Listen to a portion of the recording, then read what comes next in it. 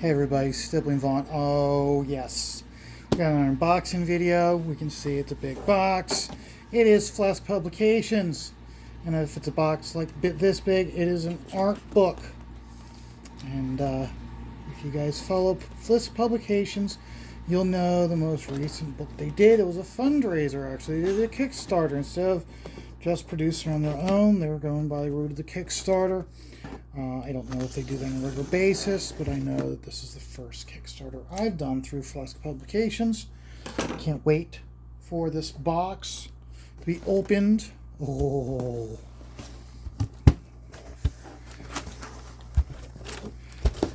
nicely well packed. Oh, let's just throw some stuff out of the way. Ooh. What do we have here? We have... Come on.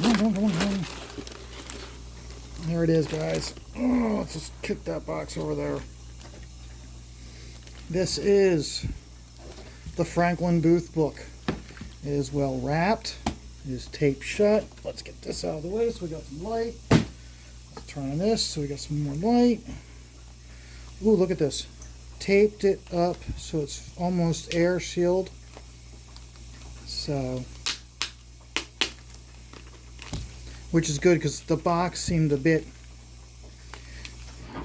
you know how when cardboard gets wet and then it dries, it's got that, I want to say like moist feel to it. That's what this box had, a moist feel to it. So good that it's well wrapped. So we have the book. Finally, I have a Franklin Booth book. For too many years, I've been following his stuff and just looking at these plates on the computer, which, I'm sorry, you can look, I am not a computer person. I would much rather see a plate like this, a print, a book, a physical reproduction. So truly get an idea for what the image looks like, so I can really study it. I'm not a huge fan of pixelation, but still. And I have asked Franklin Booth, John Flesk, years upon years, whenever I'd see him at the Baltimore show, about him doing another Franklin Booth book. He had acquired and he said that he doesn't like to reproduce stuff, but he had acquired even more Franklin Booth artwork plus essays. So it advocated and justified him reproducing a Franklin Booth book with more material. I am not going to. This is going to be a book I'm going to be looking at on a regular basis.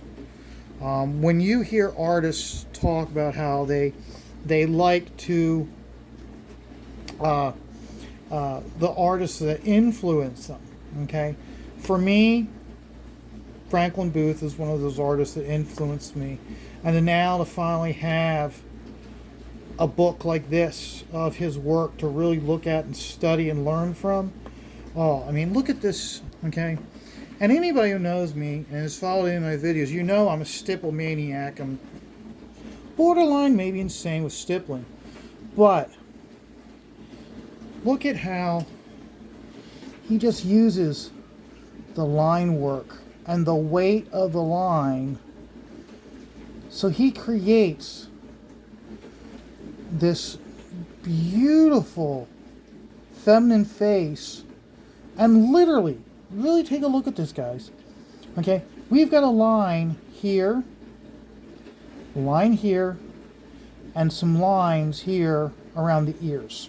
Okay, that's the closest you get to this face having any holding lines. The rest of it, they're not holding lines. They're toned to create the image. Okay.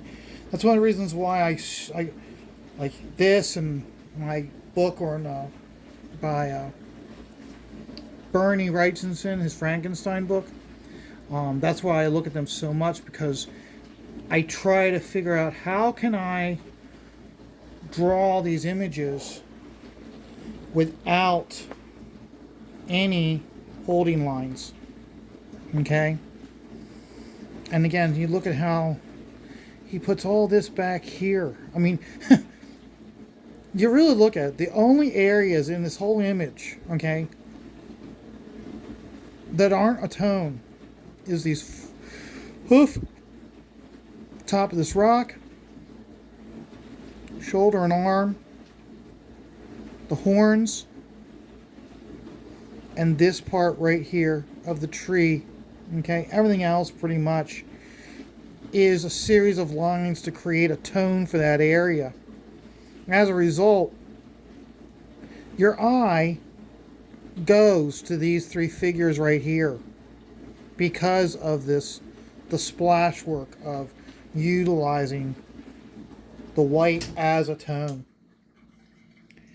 I'm not gonna lie, guys. I could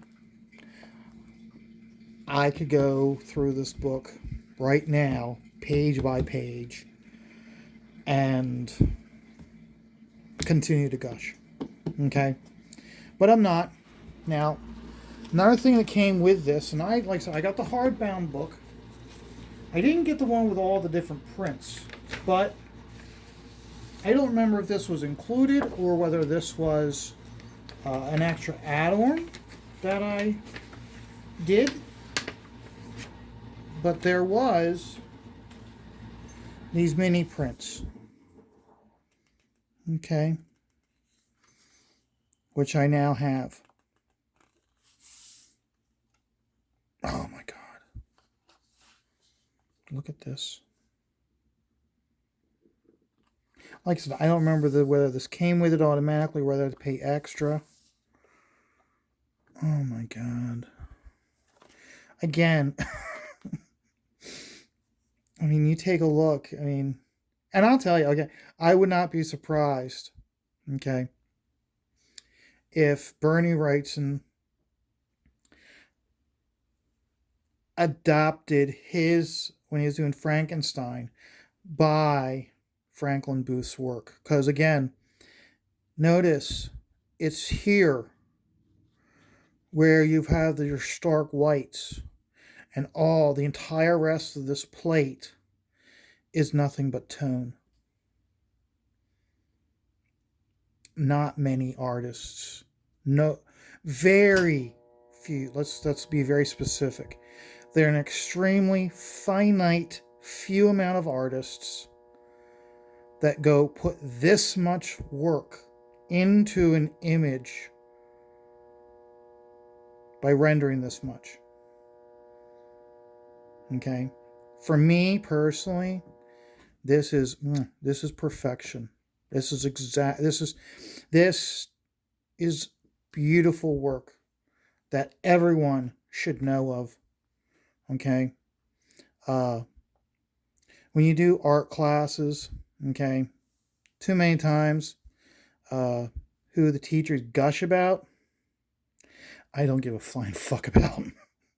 Okay, as far as I'm concerned, all those retard artists from the Renaissance periods, like your Toulouse-Lautrecs and your Van Goghs and your Monets and Monois and blah blah blahs and blah blah blah. I don't care. I don't like their stuff at all. Okay, this, when it comes to effort and talent, okay, this is perfection. Not a single drop of color is needed in this image at all. It is perfect.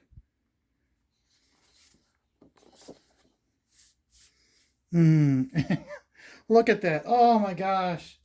I spent so much time going over how beautiful this piece was and how extraordinary it was.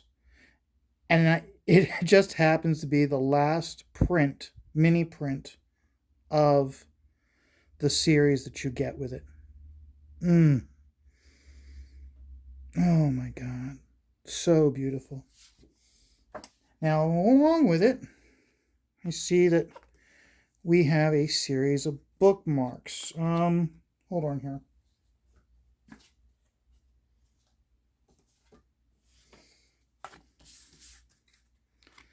So we have a series of bookmarks.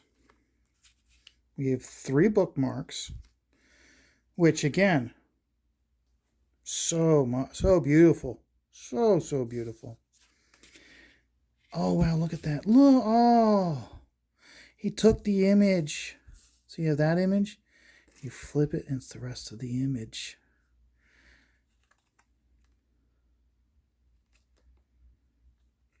Oh, 3 beautiful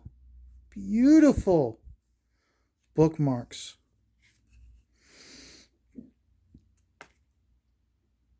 Yeah, let's see if I can see.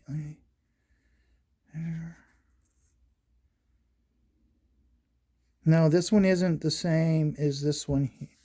This one. Yeah, I guess, okay. So there is separation between this side and this side. When I, at first glance, when I flip it, you'd think that's one book and it's seamless to the other side, but there is a break because when you look at this tree branch here, it doesn't continue. This fence, it doesn't continue. So I'll find it by looking through the book. And this is definitely the perfect book for multiple bookmarks. I will definitely be using these bookmarks on a regular basis. And then, of course, he's included in it a postcard flyer. Again, let's... Oh. So, quality art book since 2002. So he's relative... Oh, wow. He's only 20... His business is only 20 years old. I've gotten quite a few pieces of Mark Schultz through Flesk Publications. He's got an Art Adams book that's available, Frank Cho, Gary Gianni, and then Brom, Tyler Jacob, William Stout, Al Williamson, Bruce Timm, and Terry Dodson. I have seen Terry Dodson's work and his books available at the show.